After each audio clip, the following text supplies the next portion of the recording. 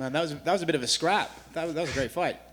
When you were in there, did you anticipate it was going to be a back and forth one, or did you think you were going to be able to control him a bit more going into this one? I definitely thought I'd be able to control the range a lot better than I did, and I didn't anticipate for him being the offensive wrestler or grappler in that fight. We definitely accounted for his power during training camp, but we definitely did not anticipate him coming in and initiating the clinch and be the guy looking for the takedown. So that part definitely caught me off guard going into the fight. You mentioned his power. How was it? Powerful. I mean, definitely hits like a tank, dude. I mean, there definitely a couple of those shots where I was like, damn, what did he hit me with? But man, props to Geoff Neal, dude. That guy's a savage. You managed to stay composed, and then the second and third round, you really kind of, I think, took it over. When the judges read out the scorecards, how did you feel? I was pretty confident. I mean, especially when they were saying 29-28. When one judge said 30-27, I'm pretty sure they took the takedown and control and the damage that I did in round one into consideration. That's why they had it that way.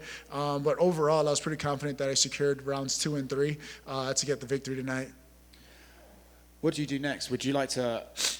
Obviously, the Khamzat fight is the one that everyone's going to ask you about, and it's sort of the fight that's been discussed. Are you prepared to wait for him and whenever he's able to get back, or do you want to just keep fighting and do your own schedule? Yeah, so I'm at this point where, like, Khamzat's the dude's a great competitor. I can definitely fight him, and that will propel my career forward. But at the same time, I can't afford to put my career and life on hold to hope that he's better. I mean, the guy's pulled out of 3 fights now over the last few months. So for me to kind of put all my eggs in one basket and wait for him and hope that he'll be ready this summer is just foolish on my end. I mean, I think if he prioritizes getting healthy and can actually complete a camp and show up ready to fight, then sure, that's a fight that I'm definitely interested in. But as far as putting my life on hold and waiting for him, I have things I want to accomplish, and time's not my best friend at this point, so I can't wait around for him. Cool, man. Thank you. I think you kind of touched upon it there. I mean, I think a lot of guys at some point they're like, all right, what's going to get me to the title? What's going to get me the title? But would you say you've reached the point now where it's about just doing what's right for the family, what's right for the career, making sure you're getting the money to keep things moving forward? Do you even think about what's the path I need to take? Does that question even come in, or is it just about other things directing your career? Yeah, I mean, at the end of the day, like the title shot and becoming UFC champion is the end goal, but I have to be realistic about the path I'm taking to get there. I mean, I'm one injury away from never fighting again. I'm one opportunity away from never fighting again, so I have to be cautious of that and be aware of that going forward. I mean, I do have a son to provide for now, so those thoughts definitely cross my mind from time to time when it comes to how long I'm sitting around waiting for my next fight and that kind of thing, because at the end of the day, I mean, the gold belt would be great, but being able to provide for my family is my number one goal at this point.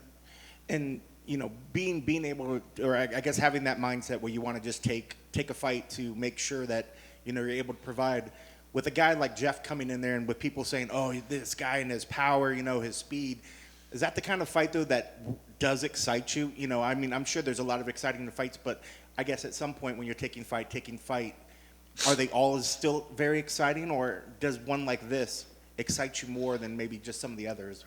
Geoff definitely was a fight that excited me, dude. I'm a fan of that guy. I mean, seeing him laying dudes out left and right, I'm definitely a fan of him. I mean, I knew he brought some pretty interesting things to the table, and it definitely kept me accountable during training camp. I knew he was an explosive athlete and brought power to the table, so that was definitely something that I was concerned about coming into the fight, you know what I mean? But I knew the kind of fight that I'll bring out of me, and I was excited to go out there and face him and to put on an entertaining fight for the fans.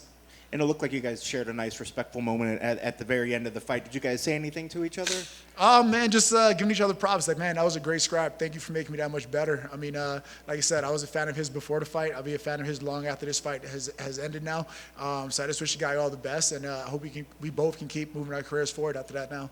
How many fights? How many are you hoping to get in before the end of the year? If you could have your way, I know you've had in the past. You've had good runs of getting lots of fights in. At this point, it's whatever it takes. I mean, if it means getting 5 fights 3 years over with in order for me to get to where I'm trying to go, then by all means line them up and let's make that happen. But for me, it's all about whatever it takes to get the job done. That's being a UFC champion and providing for my family. So I'm ready to do those things and take out whoever's in front of me. Did your son watch the fight? No, he doesn't watch the fights just yet, but I had a pretty heartwarming moment the other day. I kind of had my gym bag in the kitchen. He took it upon himself to go in there and grab my boxing gloves and somehow knew to put them on and come over and try to hit me with it. And, dude, it was amazing because I've never gave him boxing gloves before. I never Really? said like, here, this is how you put it on. This is what you do with them. And he somehow knew to put the gloves on and come over towards me. So that was definitely like a heartfelt moment to see him do that. It's in his genes, obviously. Congrats on the win. Awesome. Thank you so much. Neal, from the Ultimate Fighter to now, kind of like a homecoming Vegas win, how do you attribute still being so relevant, still being on the main card? You got the big ESPN platform.